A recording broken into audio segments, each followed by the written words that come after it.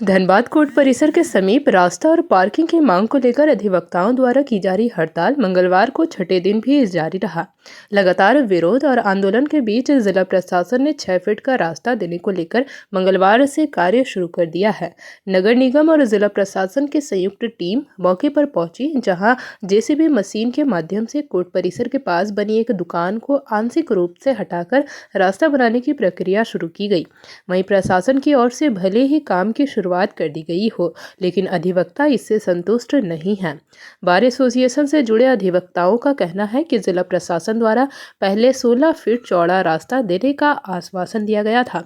इसके साथ ही कोर्ट परिसर में आने वाले अधिवक्ताओं और वादकारियों के लिए पार्किंग की व्यवस्था करने की बात भी कही गई, लेकिन अब तक इन दोनों में से किसी भी मांग पर अमल नहीं हुआ है।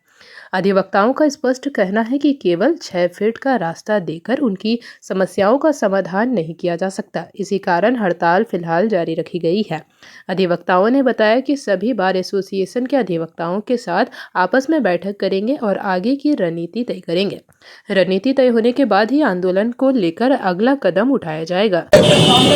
ये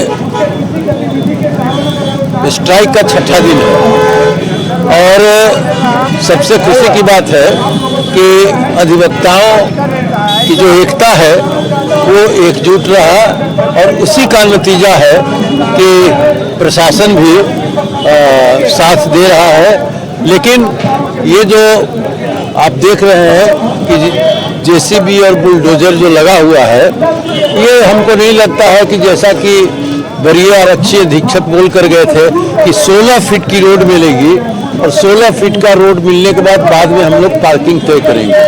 लेकिन हमको नहीं लगता है कि ये 16 फीट रोड होने जा रहा है। एक 5 फीट का रोड का जो बाउंड्री दिया हुआ है, हमको लगता है कि उसी को केवल तोड़ करके मिलाया जा रहा है। इससे अधिवक्ताओं का जो मांग है कि एसपी सिन्हा द्वार के सामने जो दीवार खड़ा कर दिया गया है वो उसकी पूर्ति नहीं हो पा रही है। इसलिए अभी क्या प्रशासन का रुख है, क्या प्रशासन का कहना है, उसके बाद ही बार एसोसिएशन निर्णय लेगा कि हम लोग को आगे की कार्रवाई क्या करनी है।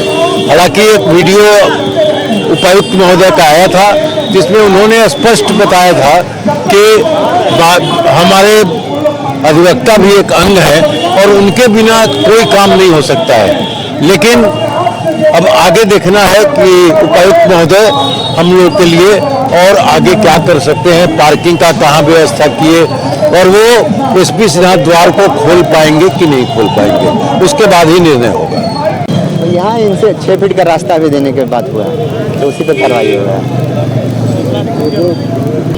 बेसिकली दुकान तोड़ा है कह सकते हैं, लेकिन मैंने यहाँ 6 फीट के लिए रास्ता क्लियर कर रहे हैं। 6 फीट बस रास्ते के लिए अब फिलहाल तत्काल में बस। जेपी भारत लाइव, भारत की बात जेपी के साथ। वीडियो को लाइक करें, शेयर करें और चैनल को सब्सक्राइब करें।